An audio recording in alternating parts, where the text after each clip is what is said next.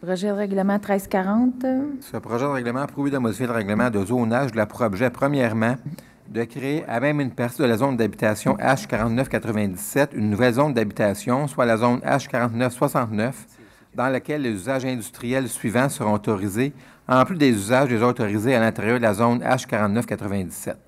Donc, l'usage I1 1508, qui est l'atelier d'usinage, fabrication de produits tournés, vis, écrous et boulons. L'usage I1 1518, fabrication de matrices, de moules, d'outils tranchants ou à profiler en métal.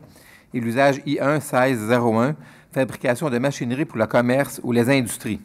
Cette nouvelle zone H4967 sera située sur le chemin Évangéline du côté est, au sud de la propriété située au 401 chemin Évangéline.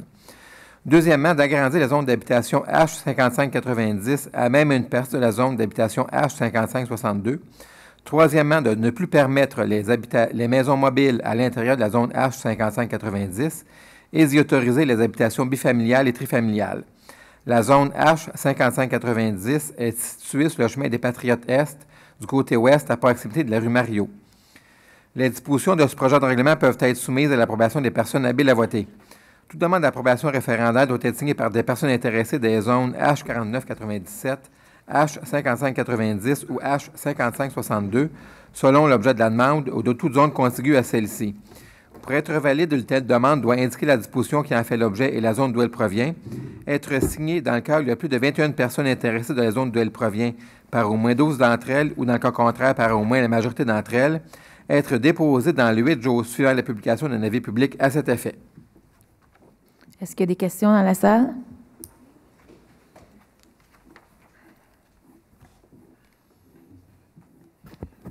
Bonjour, je m'appelle Roger Leblanc. Le problème avec la première partie du règlement qui m'intéresse, c'est que vous voulez permettre la construction d'une industrie dans un quartier résidentiel, tranquille, sur une rue où on n'a pas le droit de faire passer des camions seulement. Alors, je me demande pourquoi vous décidez de permettre une industrie de se construire alors qu'il pourrait sans doute s'installer ailleurs, entre autres dans le quartier industriel à Saint-Jean. Je ne vois pas pourquoi ils doivent s'installer là plutôt qu'ailleurs. Madame Marcoux, je pense que vous pourriez répondre. On parle du chemin Évangéline, on parle de l'ancienne usine de palettes RT qui a passé je sais exactement. Ouais. Oui, non, ben c'est pour les gens. Là. À cet endroit-là, l'usine est là par droits acquis.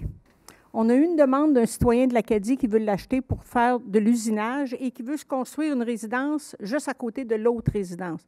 Il veut construire sa résidence puis travailler dans la partie qui n'a pas passé au feu. Fait qu'on trouvait que d'aller changer le zonage, quand on est certain de qu'est-ce qu'on va avoir à cet endroit-là, c'était plus sécuritaire que de vendre avec quelqu'un qui aurait des droits acquis, autrement dit, un peu comme celle qu'on avait là, emballage RT. Là. Fait que je trouvais que, moi, je suis allée voir l'autre usine, parce que c'est une usine qui est déjà installée à Saint-Jean, sur le boulevard du Séminaire. Je suis allée voir, c'est pas du tout dérangeant, c'est pas... je sais que ce qui nuisait le plus pour emballage RT, c'était le séchoir, qui faisait beaucoup de bruit. Et c'est pour ça qu'on a autorisé la modification de règlement. Vous demeurez tout près de cet endroit-là? En face, oui, effectivement. Enfin, presque en face. Mais donc, ce serait plus petit que l'ancienne usine qu'il y avait là, si je comprends bien. On parle de combien d'employés?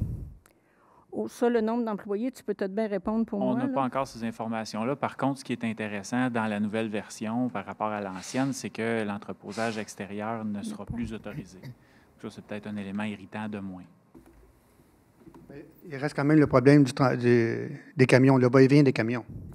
Oui, mais comme on vous dit, autrement dit, cet emplacement-là est là par droits acquis. Ça veut dire que n'importe quand, demain, il pourrait vendre à quelqu'un qui fait un peu le même usage que lui, puis on recommence là. Fait que là, au moins, on sait qu'est-ce qui s'en va là, c'est de l'usinage. Comme monsieur vient de le dire, il n'y a pas d'entreposage extérieur qui va se faire à cet endroit-là.